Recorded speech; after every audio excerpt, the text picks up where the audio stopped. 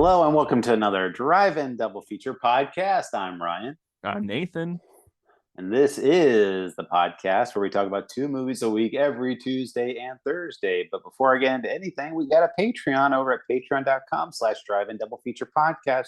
It's just a fun little area where we're playing games, having conversations, just having some good old times over there. Just as a thank you to you patrons for supporting us out there, for helping us out in the show. If you choose not to, don't worry, it doesn't affect any regular content. But today, we're talking about 1965's The Hill, and that is directed by Sidney Lumet, and it's starring Sean Connery as James Bond. Yeah, James Bond, World War II movie, right? Yeah, exactly. Just as Ian Fleming intended. I'm sure somewhere he's got something written for it.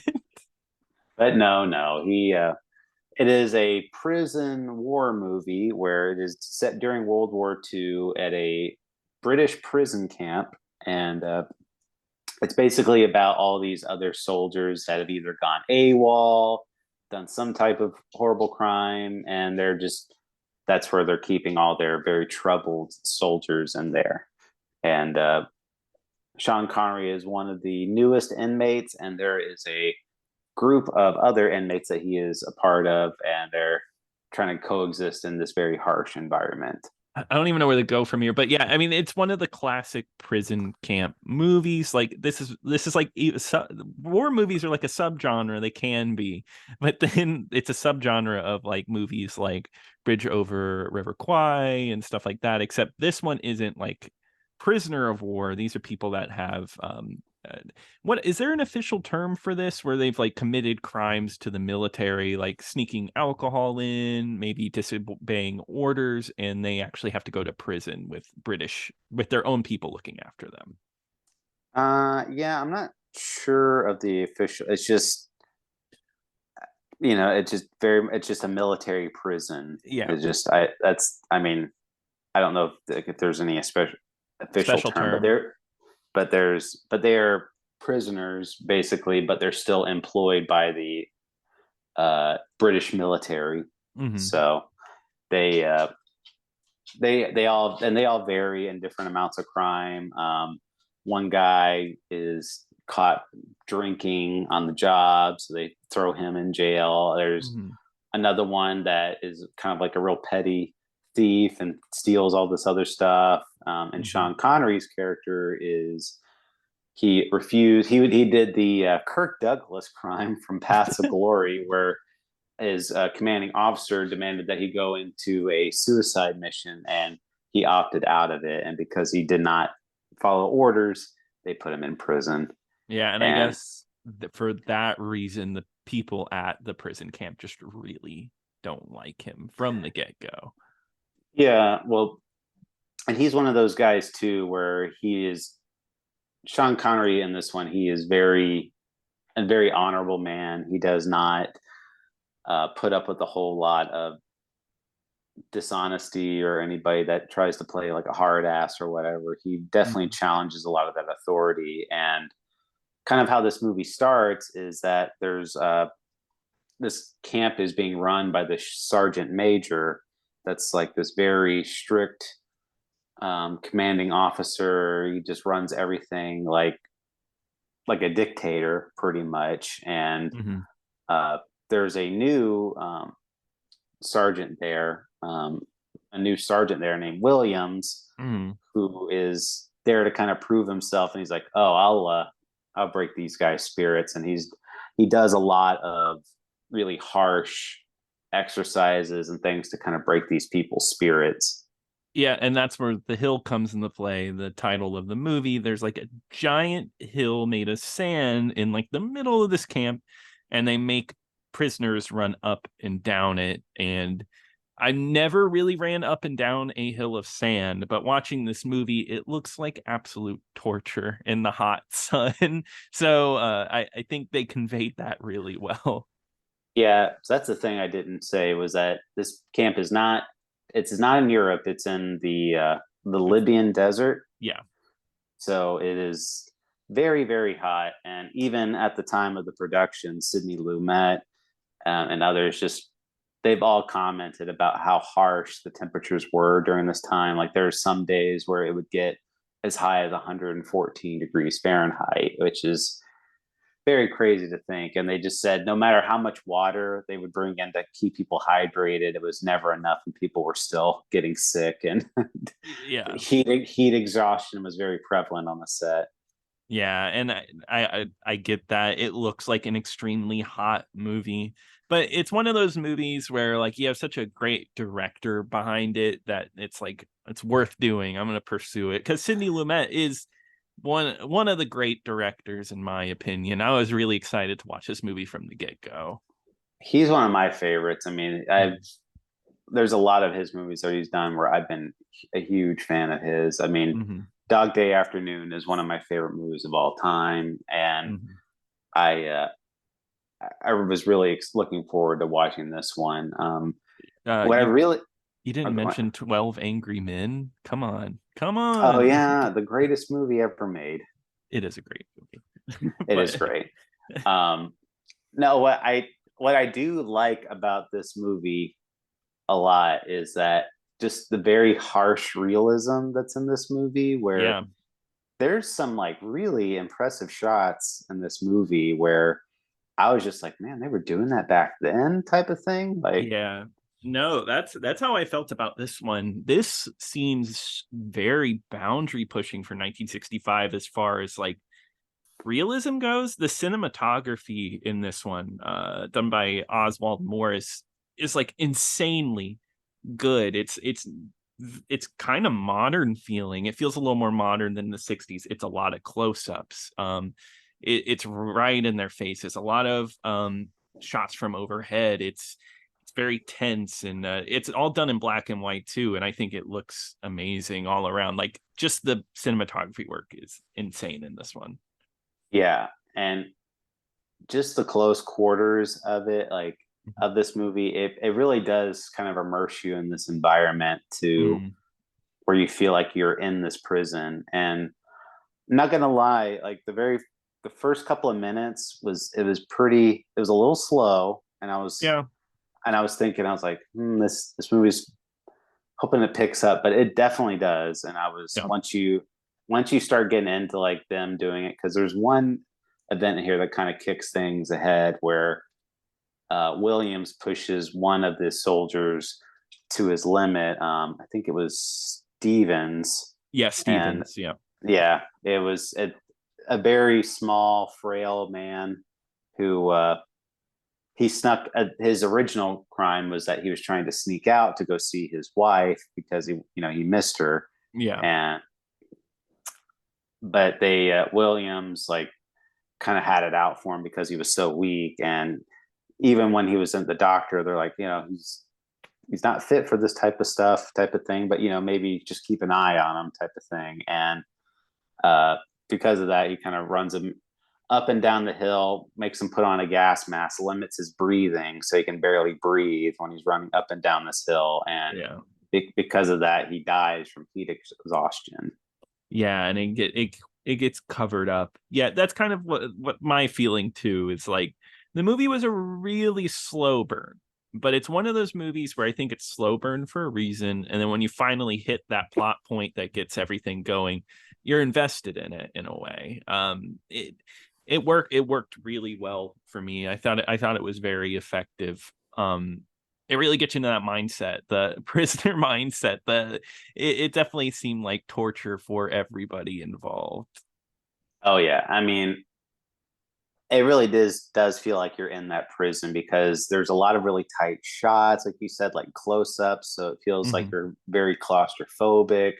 Hmm. The movie, they don't do anybody any favors of trying to like make them look good or whatever. Like everybody looks all sweaty and Yeah, gross, and it's just very clearly like if these people are just sweating their butts off like while making this movie, and they don't make any attempt to hide that. So it no. it it really does immerse you in that environment. But And how does Sean Connery still look so cool the whole time, even though he's a sweaty mess? he just looks so cool, and that's Yeah. that's the reason why he ended up taking this role, though. I mean, Yeah. that's because at the time he'd already done Doctor No, he had done From Russia with Love, and I believe Goldfinger was premiering Mm-hmm. while he was on the set of this movie, which is why he wasn't able to attend the premiere of Goldfinger, I believe. Gotcha. And anyway, he was kind of wanting to break that mold that he actually he's like, I'm a great actor, and this movie I think does prove that, yeah, he definitely has his acting chops. Yeah, very charismatic in this role. I think he does an excellent job throughout. And I really like there's another character in here who is a black guy. It's played by Ozzie Davis, who's playing Private King. King. Yeah, King. And Ozzie Davis knocks it out of the park here. I think he's really, really good in this. Yeah, and I was, because when I saw the credits, it's like, oh, Ozzie Davis is in this movie, and Yeah. this is very, very young Ozzie Davis. So this Yes. is Yeah. like 20 years before Do the Right Thing. Yeah, exactly. And I wasn't expecting it, but yeah, I mean, what I like about his character is that honestly, I would think at the beginning they would play a lot more on his race. And sure, they bring up his race at the beginning, but later on down the line, as like things start to break down, the more they poke at him because of his race. And it's like, oh, well, we can't force you to do this stuff. So how can we make you even angrier? How can we poke at you? And it kind of breaks down to that. And I like that a lot. Yeah, they definitely try to go with the race provocation at the end, where they're Yeah. trying to provoke him, and then at the end he kind of reaches his breaking point, Mm-hmm. where, because at this point Stevens is dead, and the people in that cell, like, they know it's Williams that did it, and all the other prisoners are kind of catching on, Mm-hmm. and they kind of stage this big mutiny, and the only two people that are able that actually stick by with the statement, because everyone else in the prison cell that Sean Connery's in, like, they chicken out and say, "Oh, I have no idea how he died," Mm-hmm. and then Ozzie Davis, King, and Sean Connery are the only two people that say that Williams is the one that to do it. Yeah, that's the thing. It was about like facing up against like oppression, but nobody was willing to take it because the commandant, played by Harry Andrews in this, is excellent. Once again, it's great performances all around. He's kind of like this overbearing, because it's Stevens that does all of the harm, really. Yeah, sorry, You said, Williams. Yeah. So Williams is the one that does all the harm, but this guy is also covering everything up. He knows what's going on, and yet he still allows Williams to have a reign of terror over everybody along the way. yeah, and because the whole camp is really run by a commandant, but he's pretty much like an incompetent man, where he just goes every night. He goes out and sleeps with a different uh, prostitute, and Yeah. Yeah. so he's barely there. So pretty much this whole camp is run by Harry Andrews, the sergeant major character. Yeah. So he's running the camp like in this real regimented sort of way, and it's pretty much just like, oh well, he's Stevens is dead. Like, we're going to cover this up in any sort of way we have to. Exactly. Yeah. And it's just I don't know. I don't know if you can tell, but I really like this movie. I thought it's a great movie. It really is. I think more people should talk about it, but I always enjoy stuff like that. Oppression from like a prison standpoint, and then it's a fight back to try to get back at them and get justice. Yeah, what I really like about it is that the movie is real. Just I don't know the word I'm trying to think of. It's like, it's a real like downer movie type of, where Yeah. it's just like, and then even the ending, where it's like you start getting like a little glimmer of hope at the end, and it's just like they just dash it all at the end. Yeah. Where it's just like, What a what an ending. fantastic ending. Yeah, no, Yeah. Well, it before we get into that though, yes, yeah, of course. Before we get into that, Augustus Gloop's dad is in this, by the way. you mean Veruca Salt? Oh, is that Veruca? That's right. You're right. Who's Yeah, Augustus Gloop's dad? Augustus Gloop was his mom came. That's right. Okay, yeah, that's right. Okay, so No, yes, yeah, this is the guy like, hello Wonka, how much for the golden goose? yeah, that's right. So yeah, he's in this. I kind of like his character's annoying, but I get why he's there because the whole time he's just like, can I not be in this group? I don't want to be associated with these people because they're in this prison. It seems like you're associated with the people you are in the cell with, and he seemed to be the most disagreeable one of the bunch. And he's fat, and he has to run up this hill, and I and he still made it out a little bit better than the Stevens there. Yeah, he still made it out alive, but I Yeah. just, like what hell this movie would be in. Like if you were there all day, you're just running up and down this hill Yeah. all day, like in the hot sun, and then they probably throw you in a prison cell with no AC or anything like that, so you're probably still just sweating or Yeah. like, And I think this movie does a good job of thinking because I thought the same thing. I thought about, well, your day in, day out, you go to bed the night before, but you have to think like, oh, tomorrow I have to run up that dumb hill. And they even show like when they get food, they have to march with their food. So it's like slopping and flying everywhere. So they lose some of their food. It's like they can't do anything right. It's just really depressing because it's like, oh, their own people, like it's not like you're a prisoner of war from a different country. It's literally your country that you fought for is mistreating you like this. yeah. And like I said, once Sean Connery is willing to speak out against Williams, Mm-hmm. um, Williams kind of corners him into the prison cell, and Sean Connery's like, "All right, it's going to be a fair fight between you and me." And then these other Mm-hmm. two guards show up, and they just beat Yeah. the crap out of him, and he's just to the point where he can't even hardly walk anymore. Yeah, I thought the movie was going to end here. I had a feeling that they're going to kill him or something, and it's just going to kind of like maybe there'd be an uprising where it just ends there. But Sean Connery still kicks in, and I really like that he fights hard because he's stumbling, he's limping his way around, and at the same time, Ozzie Davis is running around in his underwear because he says he doesn't work for the army anymore and he won't listen to orders. Yeah, he's got a real great scene. But what I like Mhm. though is Sean Connery. He's got a broken foot at this point and Mhm.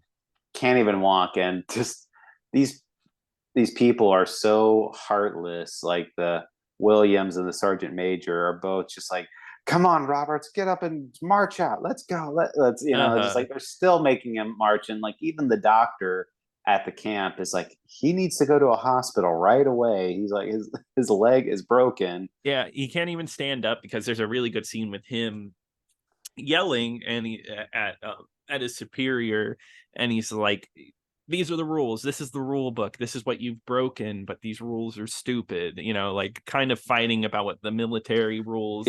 And he just keeps falling the entire time. He can't stand up, and he just keeps getting yelled at to stand up.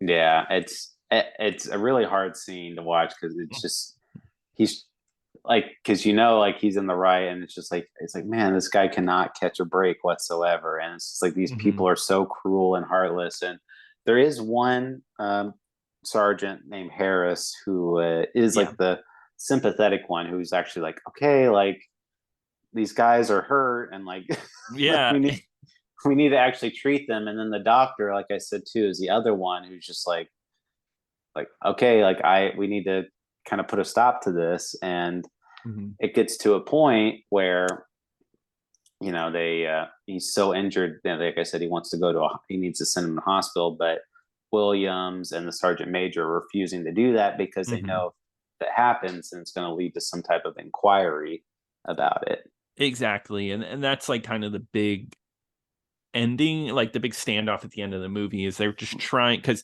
they want to go ahead and charge them with what happened, saying that it was a murder. But the whole time it's like a back and forth, like, hey, if you do this, I can blackmail you. I have all this stuff I could release. And it's just like a fight of like, will they go with it or will they not? And it's long. Like the ending of this movie is probably a third of the runtime, and it's all like really tense, and you don't know quite where it's gonna go. Yeah, it's well, before that, I do want to mention the Yeah. Ozzy Davis's scene. Hmm. Like it's like his big moment where, like you said, he's in his underwear. He's pretty much like, I'm not a part of the military anymore. I'm done. And Yeah. they're like, all right, well, you can go talk to the commandant. And Hmm. like the real guy in charge. He just shows up in his underwear and he's just talking. And he's like, I'm not a real big fan of your hotel, sir. Like, Okay.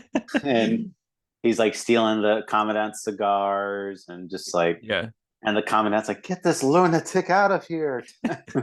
Yeah, but because of that scene is how like a lot of the stuff like falls apart because he does bring up like that Stevens was murdered, right? In front of, and the medical officer is like, what do you mean? What are you talking about? Yeah. Yeah, And that just shows once again how incompetent the commandant is because he's so unaware of what's happening in his own camp. exactly.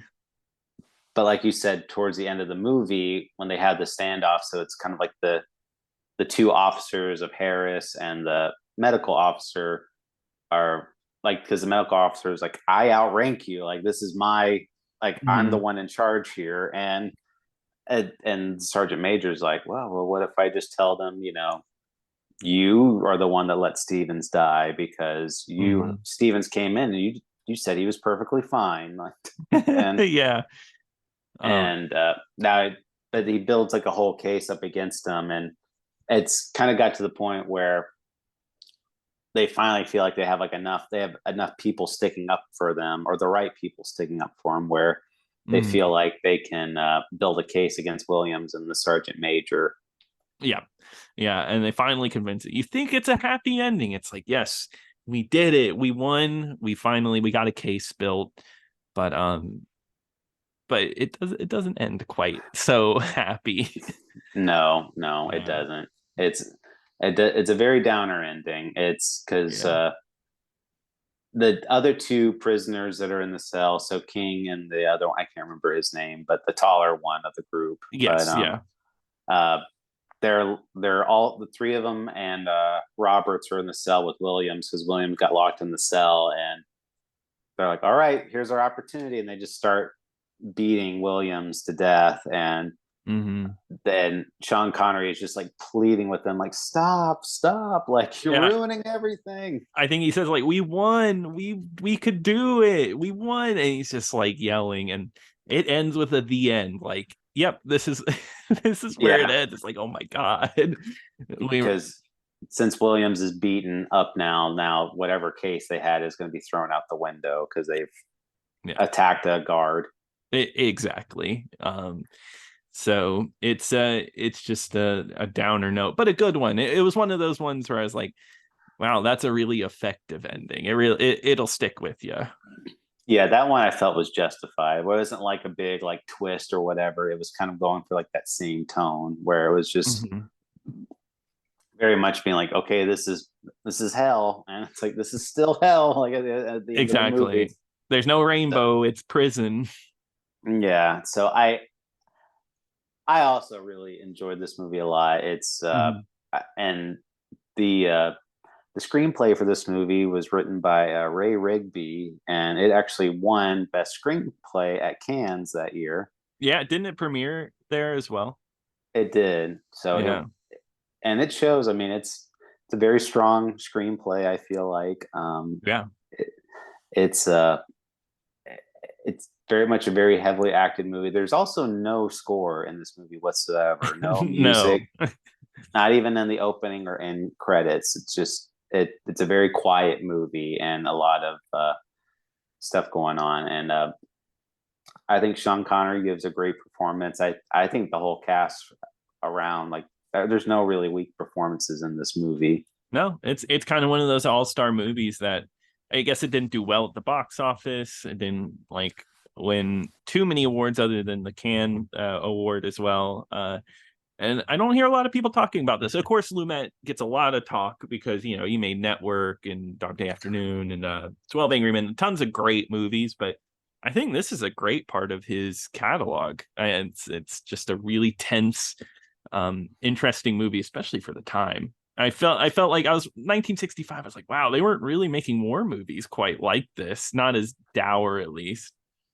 Yeah, and this was kind of like the start of a relationship between Sidney Lumet and Sean Connery because they would go on to make four other movies together. So Yeah. this is the first movie that they did together. Like the one I mentioned. Did I mention it before? Family Business at one Oh point. yeah, that's Yeah. right. Yeah, that was the last one they did together. Yeah. Fantastic movie. Go ahead. I I hope so. Yeah. Um, I it is crazy to think though. I mean, just what a strong director Sidney Lumet was, like right out the gate. I mean, like Hmm. his first movie, I mean, just kind of going off the tangent about him, his first movie was 12 Angry Men, which literally like it's on like the top like 10, 20 movies of all times list of like Yeah. first movie ever made. And Yeah, then like, and it is. I mean, it stands the test of time. It's still a really good movie. Like, I couldn't imagine starting your career with something like that. absolutely. I mean, it Yeah. and then then he went on and made The Wiz. He did make The Wiz, which is a movie that people remember, right? They do. They have a lot of Yeah. fond memories of. But no, being serious, it just shows like how strong of a director he is, and this one is a testament to that. Where he would only go up from there. I mean, he'd go on to make even more like American classics. Yeah. Yeah. Like, I'm trying to find his most obscure thing. Critical Care. Uh who was in that? Wasn't that Uh, Denzel Washington? no, that's the one with God, what's his name? James Spader. James Spader is in that one. Oh. But no, I mean his last movie was Before the Devil Knows You're Dead, which is a really good movie to end your career on as well. Rest in peace, Sidney Lumet, one of the greats. Yeah, honestly, yes. But honestly, go watch this movie if you're a big wartime movie fan. If you love real gritty movies like that, this is one of the earlier examples of that, and I give this movie a very high recommend for me. I do too. Check this one out. It's a classic. Absolutely. But Nathan, I think it's that time of the month. Oh boy. And what are we going to be talking about? We're getting back to it. Bondzilla. We're gonna be talking about James Bond in Moonraker. Oh boy, we're getting to a really special one. And this one is not streaming anywhere. Well, terrific. Can't wait. I cannot wait to continue our Bondzilla series. Mm-hmm. But if you have any thoughts and opinions about Bondzilla or just got some memories of the hill you want to talk about, send us an email over at driving double feature podcast at gmail.com. Don't forget to follow us on Twitter at DIDFpod and check out the Patreon at patreon.com/driving double feature podcast. But until next time. Until next time.